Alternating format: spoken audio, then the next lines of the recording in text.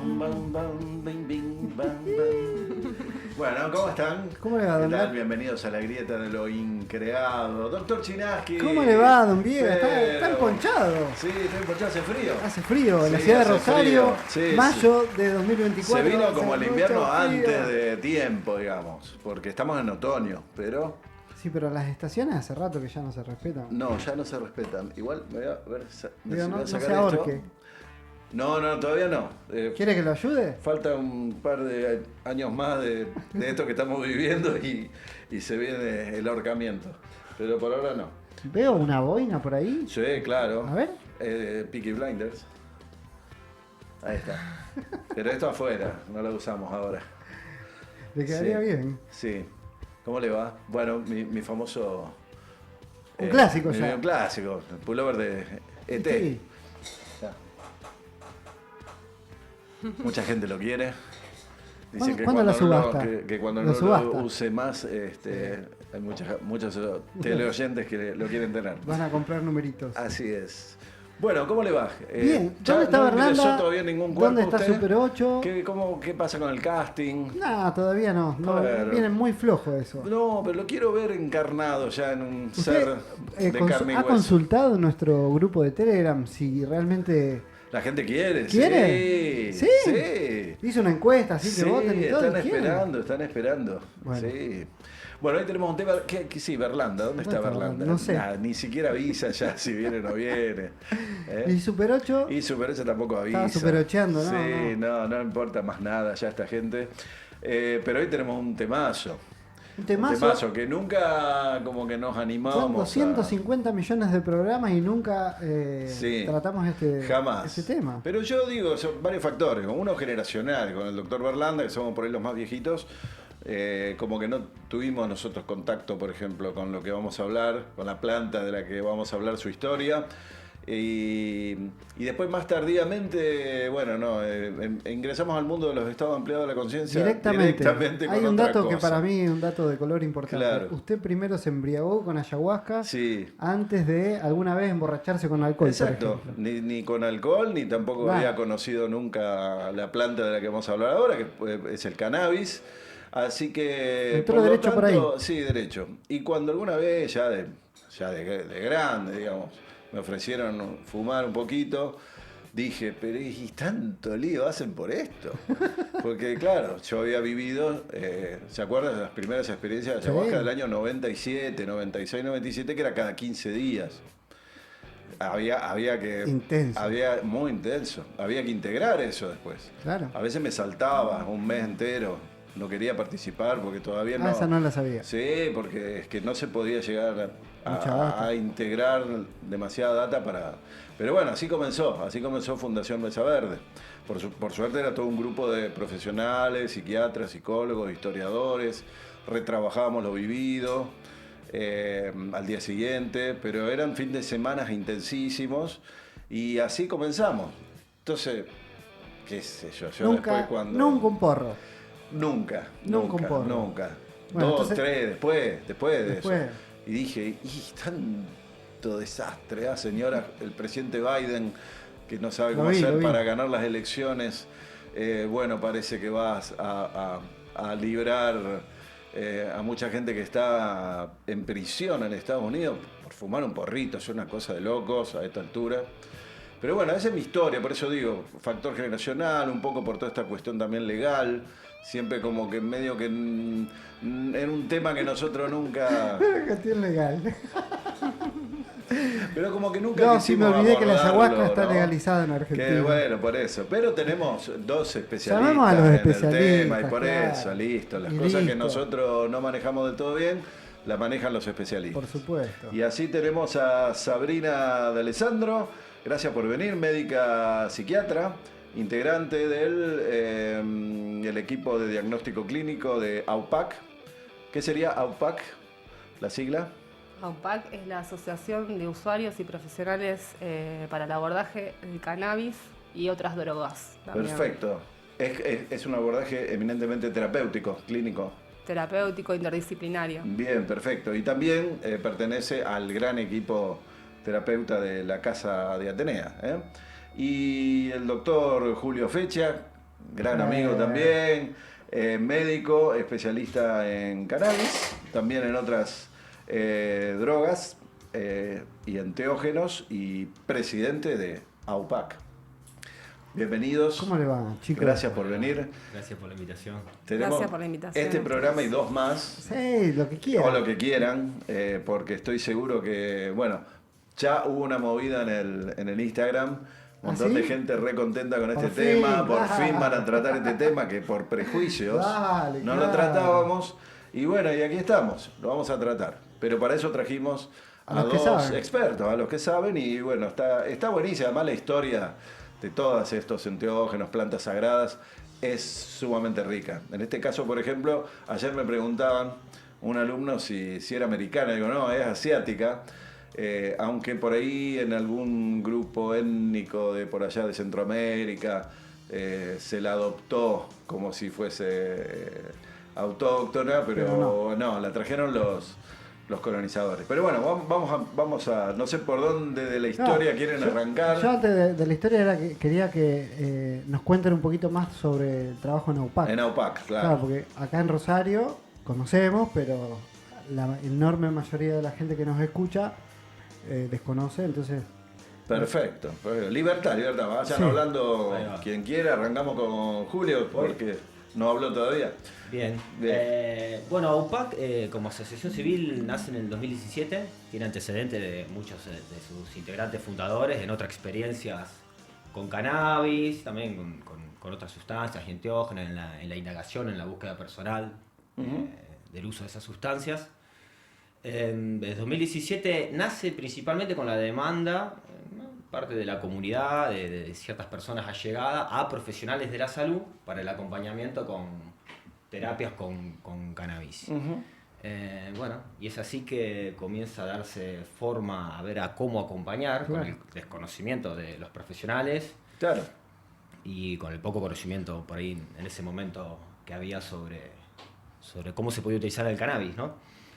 Es que las prohibiciones traen aparejadas estas cosas. Desconocimiento hasta en los médicos y los psicólogos, que son los que deberían Olvídate. saber, digamos, porque es una El- planta medicinal ante todo, En la ¿no? facultad de medicina Claro. estás 6 años ahí adentro y nunca te dicen nada del sistema Bueno, endocannabinoide, por claro, ejemplo. claro. Pero bueno, está. Estas son las cosas que traen aparejados los prejuicios y las prohibiciones. Así es. Bueno, en ese contexto se empieza a conformar un dispositivo de atención clínica que es interdisciplinario desde los inicios, con medicina, psicología, después se agregó nutrición.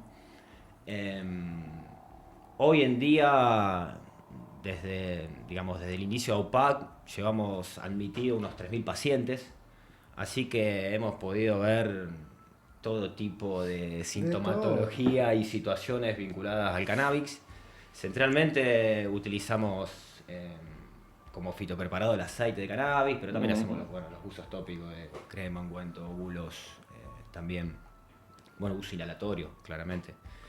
En ese contexto tuvimos que, de alguna manera, abastecernos, lo cual al inicio eran donaciones, cultivadoras solidarias, luego iniciamos el cultivo asociativo para abastecer esa magnitud de pacientes. Ya ahora estamos en una instancia donde tenemos demandas de atenciones clínicas de distintos tipos de abastecimientos fitopreparados de otras organizaciones o de sectores de salud pública, tanto de locales de la provincia como de otras provincias. Atendemos pacientes de otras provincias. Y en ese contexto también hacemos investigación, ¿no? Investigación clínica, investigación también en cultivo y producción de cultivo y en elaboración de fitopreparados. Hacemos cromatografías en 2-3 laboratorios de distintas facultades, ¿no? Hacemos estudios comparativos de esas cromatografías. Y después, las formaciones académicas. Hay un grupo dentro de UPA que hace distintos tipos de formaciones académicas en Facultad de Medicina, en UNR, una diplomatura en San Luis. Hubo otras que existieron, ya no existen, se va moviendo un poco eso. También se hacen talleres de cultivo para usuarios, o también se hacen talleres de extracciones para saber cómo realizar los aceites para personas que cultivan en su domicilio, para su propio uso. Y bueno, las capacitaciones que decían que son tan importantes. Que bueno, gracias al primer posgrado que se hizo a UPAC con un convenio de la UNR, yo me formé, digamos, ahí. ¿Ese es un seminario, un curso de posgrado? ¿Cómo sería el formato de la UNR? Es un curso de posgrado que dura un año, es bastante intenso en contenidos, digamos. Sí. Recomendable para quien... Bueno, ustedes participan dando Así es. una de las clases. También se fue un poco porque fue la demanda, ¿no? Se fue haciendo clases por distintas especialidades médicas. No porque nosotros solo podamos observar una perspectiva de salud, ¿no? Con un cuerpo fragmentado y especialidades, pero bueno, también ahí se ahondan conocimientos y lo demandan y bueno, fuimos haciendo cada vez más clases, o sea... Y cada vez más alumnos también, porque hoy, ¿cuántos alumnos más o menos tiene el curso? Y el más curso... de 200 seguro. Sí, 200 generalmente ha tenido ahí como un número medio, digamos, Bien. por año, exacto.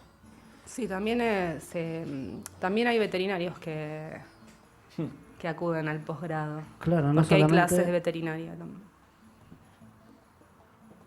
no solamente profesionales de la salud humana, digamos. No. Y dentro de la salud humana está abierto a todo tipo de disciplinas, digamos, sí. Ahí va la formación. ¿Cuántos profesionales están trabajando en AUPAC hoy? Somos un montón. Por eso. 20. 20. 12 profesionales de la medicina, más o menos 6, 7 de psicología, hay una nutricionista. Bueno, pues hay trabajadores sociales, hay distintas profesiones, digamos, fuera de lo que sería estrictamente salud, que son todos los integrantes de UPAC, son unas 40 personas en toda la asociación, digamos. Bien, ¿y hay asociaciones hermanas, amigas en el país o fuera del país? Sí, de hecho AUPAC participa en la FAC, que es la Federación Argentina de Cannabis y Cáñamo, donde están nucleados distintas organizaciones de otras provincias de todo el país. Bueno, viendo de alguna manera nos vamos organizando, ¿no?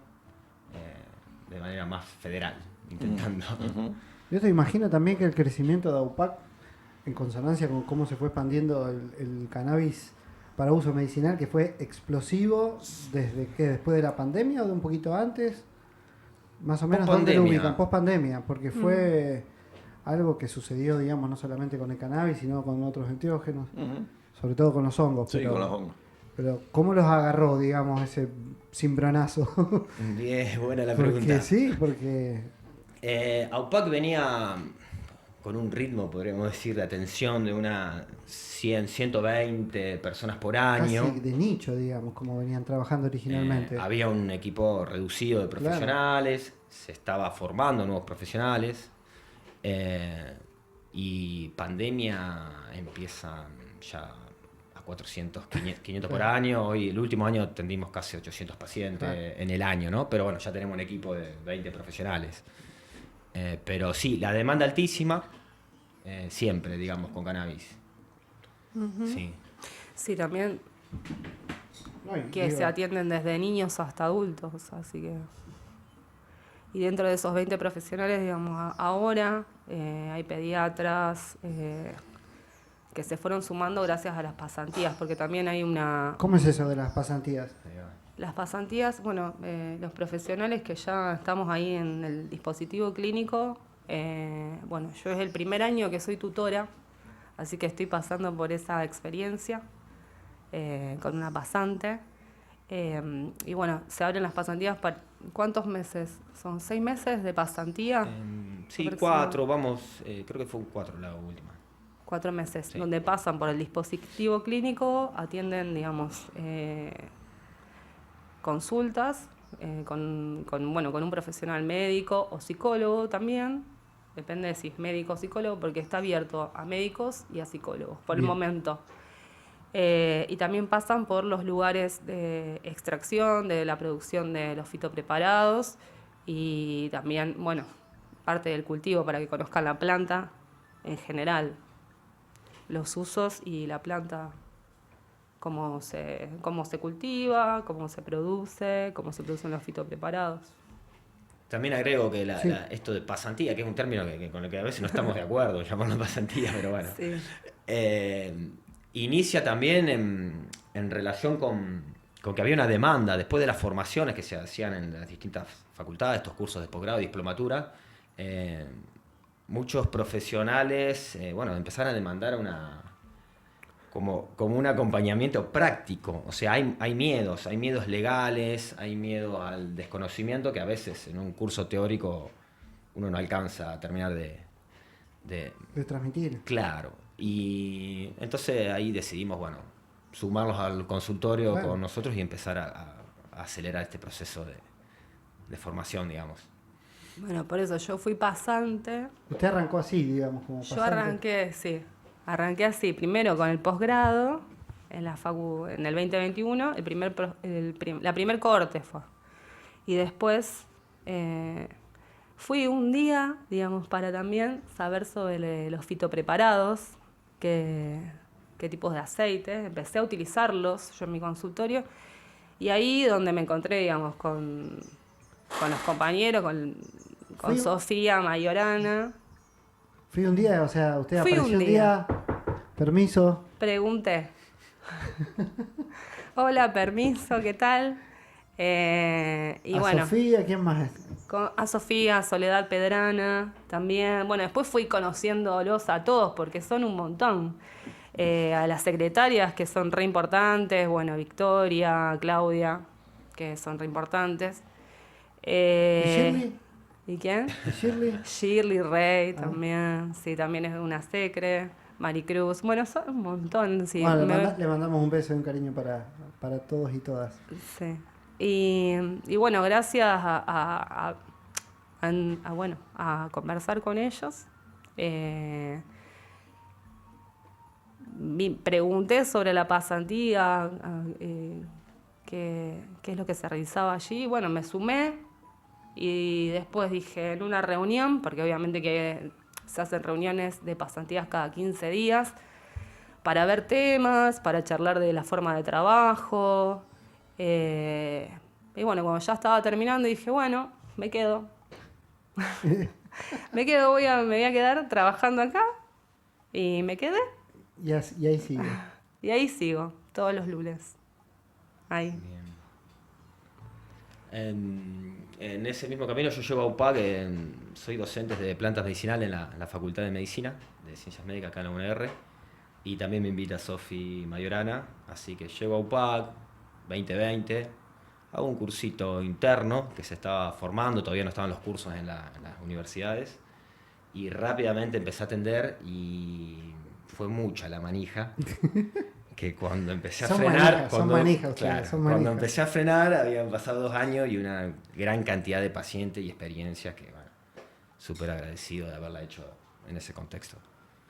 Bien. Uh-huh. Bien. ¿Qué? Problemas técnicos, no estábamos saliendo por el canal de YouTube, así que... Pero ahora sí. Y ahora sí, pero no sé si va a quedar como próximo, o sea que en algún momento... se va a transmitir por el canal, pero en este momento no tenemos chat, aparentemente. Chat en vivo no hay. Así que, pero bueno, continuamos. A lo mejor quede medio seccionado en 2 partes, ya después vemos cómo va a salir. Qué raro que nos pasen Sí, estas cosas. Yo tenía una pregunta, más bien no sé cómo está la cuestión esta legal actualmente, con todos los cambios que hubo en los últimos tiempos, y ahora parece que también hay alguna problemática hay con el tema del registro del ReproCram, de los cultivadores y demás. La cara de Julio. Sí, bueno. ReproCram. Claro. Registro Programa Cannabis. Exacto. Bueno, ¿cómo fue todo esos cambios? Bien, para contextualizar un poco la ley medicinal, la 27.350 de cannabis, surge en el 2017. El ReproCam es el registro del programa de cannabis, digamos, sale de una resolución en el año 2020. O sea, del 17 al 20 hubo poco o nada de acceso al cannabis medicinal, solo se importaba, el famoso aceite del Charlotte Web, que se traía de afuera, se importaba, hay recursos de amparo de familias hacia las obras sociales y prepaga, tratando de conseguir el aceite de cannabis. Hasta que en el 2020 hace esta nueva política de acceso donde daba la posibilidad de que cualquier persona con una indicación médica de cannabis pueda o cultivar en su domicilio, en un domicilio que establezca, le cultive a alguien, le llaman cultivador solidario o solidaria, o le cultive una ONG que se dedica específicamente a esto, ¿no? Ese fue el inicio del ReproCam. Lo que ha sucedido últimamente es que, bueno, claramente, en ese contexto hubo muchas personas que vieron una oportunidad, ya eran usuarias de cannabis, ya cultivaban, de alguna manera estar en un contexto más legal, su planta o su transporte de materia vegetal, digamos, poder llevar el porro o tenerlo sin, digamos, caer en alguna sanción penal. Lo cual es también muy interesante, porque esas personas que llegan por esos turnos, nosotros tenemos una hora de consulta interdisciplinaria en una extensa historia clínica, y a mí me cuesta ver quién es el usuario recreativo adulto y el usuario medicinal. Digamos, a veces la línea es fina. Es muy fina. Una cosa es un uso problemático de la planta, otra cosa, digamos, esto de separar de lo recreativo, hedonístico y lo medicinal. A veces la línea delgada, y a veces nos encontramos que gente que tiene muchas dolencias y que posiblemente ese uso que está haciendo de la cannabis seguramente le viene dando una ayudita y una mano. Solo hay que regular, hay que acomodar algunas cuestiones de ese uso para sacarle todo el potencial a la planta y para la sintomatología que consulte. Y un poco cerrando esto del ReproCam, sigue funcionando, lo que pasa es que está mucho más lento en aprobar. Hoy uno hace un trámite, lo eleva al ministerio y está demorando unos 6 meses hasta que lo miran y lo aprueban. Habitualmente tiene una demora de 2 meses. Y esto tiene que ver con que el nuevo gobierno está un poco como afinando esta cuestión de a ver cuáles son las indicaciones, y porque han identificado profesionales, digamos, que de alguna manera han hecho alguna, no sé, digamos, algún lucro comercial supuestamente con esto, ¿no? Bueno, se sabe, identifican profesionales con más de 1.000 o hasta 10.000, he escuchado, me parece una locura, pero puede haber hasta 10.000 ReproCam, ¿no? Como un trámite administrativo donde considera que no hay realmente una consulta o una indicación realizada correctamente. Sí. Claro. Es eso, pero parecería que va a seguir cada vez más lento, eso sí. Claro. Es un poco esa la realidad. Y otra vez, y limitar patologías. Están hablando de limitar patologías, que es muy contradictorio. Sí, claro. Porque patologías como la ansiedad, el trastorno del sueño, por ejemplo, que son las que muchos médicos y médicas han utilizado para hacer este tipo de trámites con fines comerciales o lucrativos, digamos, son indicaciones realmente muy importantes de cannabis. Claro. O sea, entonces el gobierno quiere limitar eso por lo que ha sucedido, pero en realidad son una de las principales indicaciones de cannabis. Claro. Un retroceso. Sí, también están siendo como mucho más exigentes, solicitan ampliar las historias clínicas, o si es por un diagnóstico en salud mental tiene que ser realizado por un psiquiatra, si no, digamos, o si no, solicitar una interconsulta con psiquiatría. Entonces, como que están siendo mucho más exigentes para aprobar los ReproCam. Perfecto. Y a todo esto hay que recordar que fueron las mujeres, ¿no? Como siempre, que salieron a la calle, digamos, con el tema de Mamá Cultiva y demás, quienes realmente lograron todos estos cambios, porque si no, seguíamos con una ley prohibitiva, digamos, no se hablaba del cannabis medicinal antes de, qué sé yo, del 2017, y bueno, y se tenía esta idea de una planta, qué sé yo, recreativa nada más, ¿no? Y que ignorándose también todo este tema que, bueno, me gustaría que empecemos también a recorrer de la historia del cannabis, que viene de Asia y que siempre fue considerado tanto medicinal como también fue parte de la historia, digamos, de la antropología religiosa, en el sentido de que también hasta se dice que en los principios, digamos, del cristianismo y también del judaísmo, digamos. Hay bastantes estudios súper interesantes, estuve leyendo hace poco un autor que creo que es inglés, pero no recuerdo ahora exactamente el nombre. Extraordinario todos sus trabajos, son como tratados y donde se mete, digamos, sin ningún tipo de prejuicios en estos usos religiosos súper antiguos, sin hablar, sin dejar de mencionar, por supuesto, las grandes civilizaciones como China, la India y demás, ¿no? Es decir, el reflejo que también pudo haber estado, digamos, la plantita sagrada, tanto atrás del taoísmo, por ejemplo, o de algunas versiones, o de los comienzos, digamos, más remotos, como también del judaísmo más, digamos, esotérico y demás, o cabalístico, etcétera, y hasta del cristianismo se dice, ¿no? Entonces, bueno, súper interesante.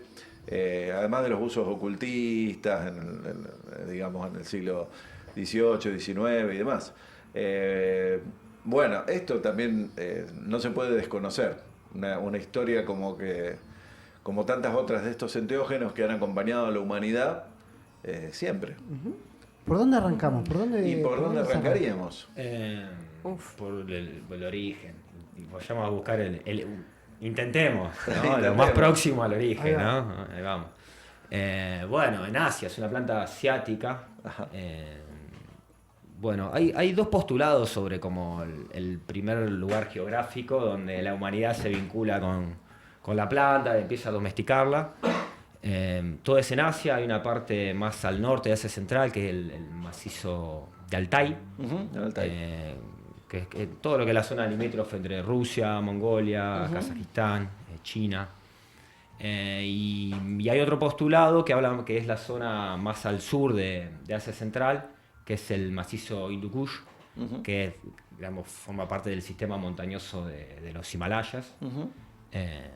Se habla de esas regiones. Interesante porque también me puse a ver un poquito y en el macizo de Altai, por ejemplo, está la cueva de los denisovanos, ¿no? Sí.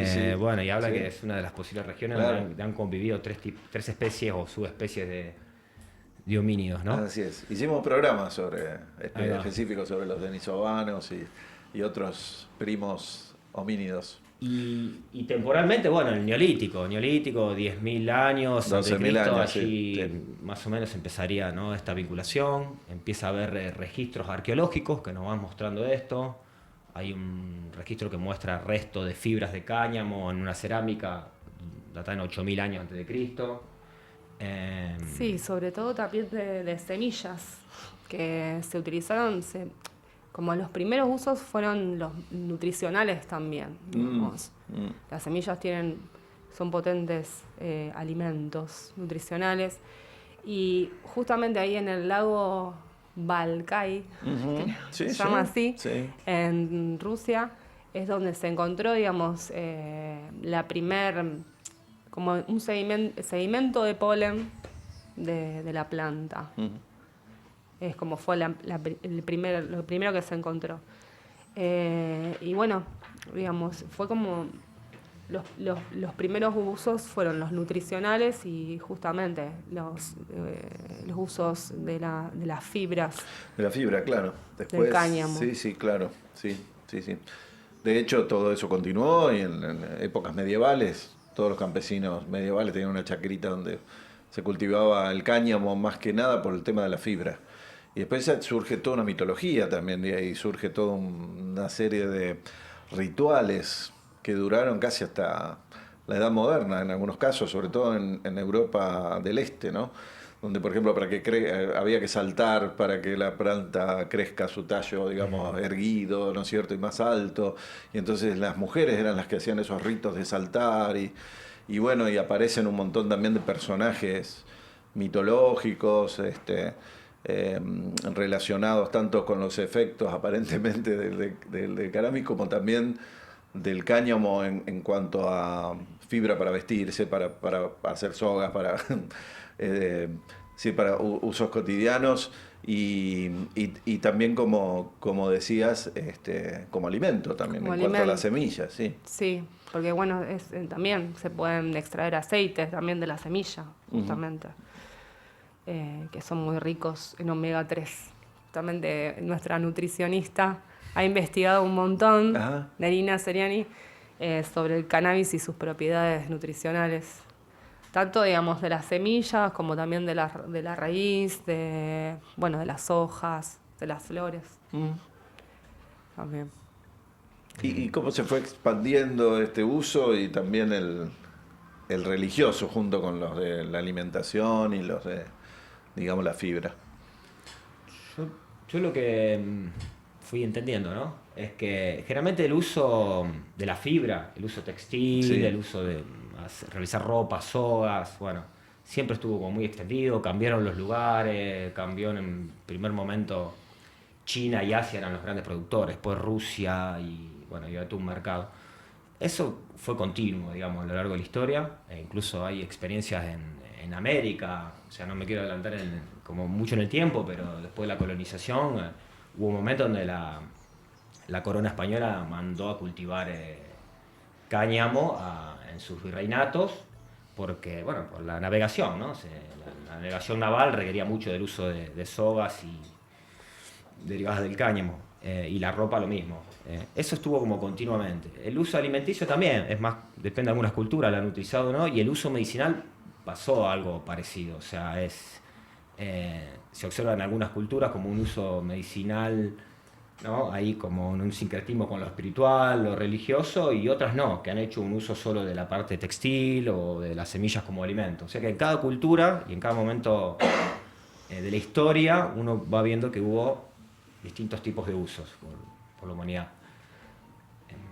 El primer uso medicinal más antiguo ahí que se data es en el 2800 a.C., también en China, que lo incluyen en la primera farmacopea que se cree que de la humanidad, no sé si será tan así la primera, el Pen, lo tengo escrito porque no me lo acordaba, Pen Shaoqing, que el emperador Zheng Nung fue quien de alguna manera lo incorpora, que también era filósofo, médico, un personaje mitológico, una mezcla, ¿no?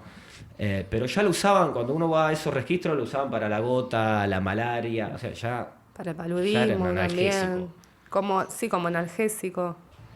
Sobre todo también para los dolores menstruales de las mujeres, en el parto también se ha utilizado mucho. Y en la India, bueno, como ha tenido o sea, ha sido utilizado, digamos, por la religión. Claro, sí, muy asociado Muy incluso asociado. hoy en día con los sadhus, de esas especies de místicos errantes, ¿no es cierto?, que andan se los vincula mucho, digamos, con... Sí, que fuman claro, que van constantemente. fumando, sí, y además llevan una vida así como muy... De mucha meditación de también. meditación, de pobreza, digamos, de estar en la calle y demás, ¿no? Buscando la iluminación, justamente, la no dualidad, digamos. Entonces, así que eso es un uso muy antiguo. Recuerdo ahora, por ejemplo, hay un arquetipo muy interesante que es se refleja sobre todo en la Edad Media y después, por ejemplo, también después de la persecución, que en algún programa hablamos, creo, de la persecución de las brujas, estamos hablando ya del 1500 por ahí, pero incluso aparece en una vasija griega de uno de estos templos yo creo que de los misterios tebanos, si no me acuerdo, si mal no recuerdo, que es esta asociación entre la bruja o la hechicera, considerada así, o la mujer curandera, que siempre está al lado de un telar. O en los cuentos de hadas, ¿se acuerdan todos estos personajes como Blancanieves, si no me equivoco? Sí. O sea, que siempre están con una rueca, un telar, y se pinchan un dedo y entonces entran o en una especie como de estado de inconsciencia o bien viajan a otros lugares. Es decir, la vinculación entre el telar y la magia, el uso, o sea, la rueca y la magia, y por supuesto la mujer, ¿no? que eran las que usaban, digamos. También ciertas prohibiciones en épocas invernales, que llegaron incluso hasta la Navidad, en algunos lugares de centro y este de Europa, donde todas las ruecas debían parar, digamos, y demás, pero sobre todo esa cuestión de asociación con la magia, que siempre quedó como medio inexplicable, hasta que encontré una posible explicación en este libro que les estaba comentando, de este autor, que no recuerdo su apellido, pero ya lo voy a traer para la próxima, que dice, bueno, una probable asociación sería el cannabis, que el uso que hacían las mujeres, los efectos, y por otro lado la cuestión del cáñamo como fibra. Entonces ahí estaría, digamos, integradito esto que nunca se pudo explicar, por qué la asociación entre el telar, la bruja y la magia, o esas cuestiones de irse a otros planos o a la inconsciencia. Y bueno, estas cosas, ¿no? O sea, bueno, me pareció una excelente explicación. Nunca lo había aparte leído en ningún otro lado y siempre me encantó esa asociación y no sabía qué vuelta darle. Ahora estoy más atento a seguir encontrando información por ese lado, ¿no? Así que, bueno, esto porque veníamos hablando de los distintos usos, pero se ve que se conocían los distintos usos, y en algún momento, sobre todo las mujeres, calculo, fueron las que pudieron unir todos estos diferentes usos de la misma planta, digamos, ¿no? Así que, bueno, continuamos con el tema religioso, no sé qué otra... Bien, después se puede empezar a nombrar culturas y sociedades de la historia donde hubo particularidades con el uso del cannabis. Ahí Sabri nombraba la India. Sí. La India tengo el dato, en 1600 años antes de Cristo, por ejemplo, en el Atharva Veda, creo que es el cuarto, que es un libro, digamos, que después forma parte de una base también del hinduismo, entiendo. Claro, sí, son 5.000 años de antigüedad. Bien. De los escritos más antiguos. Ya se hablaba del uso de la cannabis, que se fumaban en rituales religiosos, y parece ser que en India ese uso permitió de alguna manera la exploración de los usos medicinales de la cannabis y el avance en ese aspecto, ¿no? En la India. Sí, justamente hay una bebida muy conocida que se utiliza hasta el día de hoy, que se llama Bang. Ajá. Que es, bueno, se comercializa hasta también, los médicos ayurvédicos la indican. Son flores y son hojas machacadas, digamos, que se mezclan con agua caliente, con leche y también con algunos condimentos, digamos, ¿no? Que generalmente son cúrcuma, garam masala, todos esos condimentos muy fuertes, potentes que tienen, y también que son medicinales, ¿no? En la India. ¿Y qué aplicación tiene en la medicina tradicional de la India? Sí, es un potente antiinflamatorio, analgésico. En general es más que nada para el dolor. Claro. No investigué demasiado en los usos del Bang, la verdad. Estoy pensando que... Pero bueno, es potente psicoactivo también. Ajá. Claro. Porque también, o sea, se utilizan las flores. Por lo tanto es potente psicoactivo. Leche. Con leche. Y se toma. Es decir, que sería una bebida, en una forma oral. Claro. Bien. Y esta polémica con el tema del uso fumado, que parece ser que no es realmente antigua. Más bien siempre se dice, ¿no? No soy por eso un especialista, pero hay una polémica atrás de esto. Como que el uso fumado no sería el auténtico, porque en la antigüedad se usaban estos usos bebidos o a través de alimentos, con lo cual el mismo cuerpo humano hacía todo como las veces, digamos, de filtro, ¿cierto? A través de los intestinos, qué sé yo, de todas los principios activos, digamos, de la planta. Entonces, que quizás el último uso en la historia, y quizás no sé si el más sagrado, es el del fumar, digamos, ¿no? Pero bueno, esto también tiene que ver con el tema del tabaco y el uso americano del tabaco, que en general la iniciación, poco se sabe, esto no es fumada. El secreto, digamos, es que las iniciaciones chamánicas en América con tabaco siempre eran o bebido o ya mascado con saliva, donde estaba el elemento agua también, y si no, sino también como hashish, digamos, como resina. En forma bebida, claro.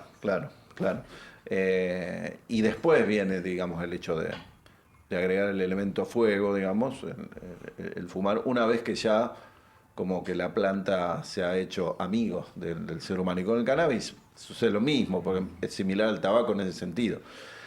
Bueno, qué sé yo, es una polémica. Yo no lo tengo totalmente resuelto eso. Algunos dicen que no, que también hay alguna evidencia, digamos, histórica del uso fumado, digamos. Pero en general, traías a colación el tema del bang y demás, sí, más bien el uso de alimenticio, de resina o de bebida, parecen ser los más antiguos. Sí, también se ha fumado en pipa en Claro, su momento. bueno, sí. Claro. Sería igual No que, como digamos, claro. como cigarro, pero claro. Yo creo que tiene sentido lo que decís, ¿no? La incorporación como vía oral, eso trae, con la cannabis particularmente, otras cuestiones, ¿no? O sea, antes que la vía inhalatoria. O sea, como que el uso de la vía inhalatoria está bueno que llegue en un momento posterior. O sea, si tengo que elegir, Claro. por ejemplo, en un paciente, Sí. o sea, yo Ajá. prefiero el uso oral primero, muy paulatino, y el uso inhalatorio es para ciertas situaciones. O sea, incluso gente que solo hace uso inhalatorio a veces terminamos haciendo en una etapa de uso oral, ¿no? De la cannabis. Bueno, me parece re interesante que lo digas porque lo estás diciendo desde un punto de vista médico, digamos, y yo estaba hablando incluso también de gente que lo habla desde el punto de vista espiritual, ¿no? Porque ya lo tocaremos seguramente más adelante, pero bueno, se dice que el tabaco tiene una esencia, un espíritu masculino fuerte. Los chamanes lo dicen, los médicos tradicionales americanos, ¿no? Que el tabaco es americano. Y en cambio la cannabis, diríamos, tiene un espíritu fuertemente femenino. Que también, dicho por los sabios, las sabias, que o también, digamos, visto a través de otro prisma o de otra planta, como la de la ayahuasca, donde puede verse, digamos, esa esencia o ese espíritu femenino en los usuarios muy, ¿cómo diríamos? Muy concurrentes, sí, al fumar, digamos, al uso fumado, ¿no? Entonces, bueno, pero todo esto tiene que ver con la dimensión espiritual, pero me gusta que traigas estrictamente desde un punto de vista médico esta cuestión. Vos, si tuvieras que elegir, elegirías una ingesta de otra forma, digamos, una incorporación diferente. Sí, como también a veces en la primera instancia decidiría usar la vía inhalatoria. Elegiría un vaporizador, ¿no? Claro, que es el método claro, más adecuado para no generar humo de la combustión, ¿no? Así Uno es. va viendo riesgo-beneficio, Claro. hace medicina en el contexto donde se encuentra, Claro. y vas viendo esas cuestiones, ¿no? Claro. Pero, por ejemplo, a veces en cuadros de dolor crónico muy refractario, el uso inhalado es el que llega a traer un alivio a veces y no se logra con la vía oral, ¿no? Claro. ¿No? Estamos hablando de situaciones ya Claro. en la historia. Sí, o también en cuadros de insomnio, también crónico, favorece, ayuda un montón el fumado vaporizado. Lo que pasa es que también ahí ya entramos en detalles sutiles. ¿Qué fumamos? Claro. O sea, o qué usamos como aceite, los quimiotipos, las distintas variantes que hay de la planta, con los distintos efectos, ¿no? Claro, súper complejo. Hay además, bueno, sí, además hay diversas especies también. Es decir, Sí, como que la planta es Cannabis sativa L, ¿no? Ya en el 1753 Linneo la publican en Especies Plantarum, con ese nombre. Lo que hay son variantes de la planta. Está la Cannabis sativa L, sativa, la índica y la ruderalis. Esas son como las tres variantes de la especie, que es una sola, digamos. ¿Y esas variantes tienen efectos diferentes? Y sí, va pasando eso. Generalmente uno, y escucho, incluso se hace una terminología popular, cuando dice, no, es una flor, fumé una flor índica, fumé una flor sativa. Cuando está hablando de sativa, está hablando de una flor más rica en THC, entonces tendría más efectos psicoactivos, podríamos decir, ese es el efecto con el que se encuentra, y la índica a veces son flores más predominantes de CBD, y tiene psicoactividad el CBD, pero es otro tipo de psicoactividad, digamos, no es que no hay psicoactividad en el CBD, porque en un momento el CBD avanza como el medicinal, Sí. porque no tenía psicoactividad, como si la psicoactividad no sería necesaria para hacer medicina, ¿no? También, ¿no? Ahí entramos todo en una cuestión compleja con los cannabinoides y la psicoactividad. Y si eso es, digamos, si la necesitamos o no para hacer salud. A veces nos tiene que ser notoria la psicoactividad.